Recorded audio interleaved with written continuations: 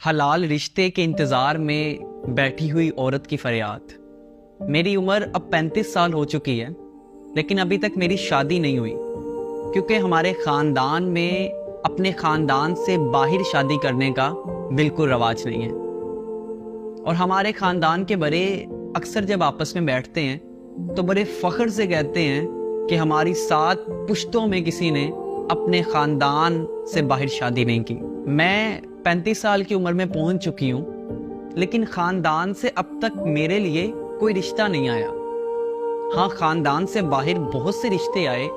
لیکن مجال ہے میرے بھائی یا والدین نے ہاں کی ہو۔ میرے دلی جذبات اکثر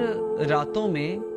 ایسے ہوتے ہیں کہ میں آسمان کی طرف منہ دے کے اپنے خدا سے چیخ چیخ کے فریاد کروں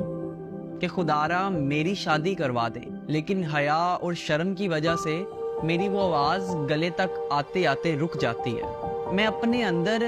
گھٹ گھٹ کر ایک زندہ لاش بن چکی ہوں۔ شادی بیاہ کی تقریبات پر جب اپنے ساتھ پڑھنے والی، اپنے ساتھ کھیلنے والی لڑکیوں کو اپنے شوہروں کے ساتھ دیکھتی ہوں تو دل میں دردوں کی ٹیسیں اٹھتی ہیں، اور دل سے ایک ہی دعا نکلتی ہے کہ یا اللہ پاک ایسے پڑھے لکھے جاہل والدین کسی کو نہ دینا جو اپنے جہالت پر مبنی رواجوں کی وجہ سے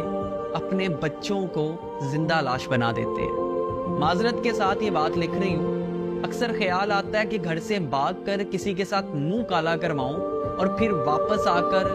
اپنے والدین کے سامنے کھڑے ہو کر کہوں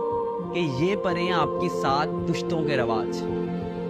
کبھی خیال آتا ہے کہ گھر سے بھاگوں، کسی کو کہوں میرے سے شادی کروا لو، لیکن پھر دل ڈرتا ہے کہ کسی غلط بندے کے ہتھے نہ چڑھ جاؤں۔ میرے درد کو تو مسجد کا مولوی بھی جمعے کے خطبے میں بیان کرنے سے قاصر ہے۔ اور یہاں مجھے حضرت عمر فاروق کے زمانے کا ایک واقعہ یاد آتا ہے، جب ایک عورت نے فریاد لگائی جس کا مفہوم یہ تھا کہ اگر مجھے قیامت والے دن کا ڈر نہ ہوتا، اگر مجھے حساب والے دن کا ڈر نہ ہوتا تو آج 4 پائی کے کونوں میں ہلچل ہو رہی ہوتی۔ جب حضرت عمر تک یہ اشعار پہنچے تو آپ تڑپ اٹھے اور آپ نے یہ اعلان کیا کہ کوئی بھی شوہر 3 ماہ سے زیادہ اپنی بیوی سے الگ نہ رہے۔ اے حاکم وقت، اے میرے ابا حضور، اے مفتی اعظم، اے مسجد کے مولوی، کیا میرے درد کا مداوا نہیں ہے تمہارے پاس؟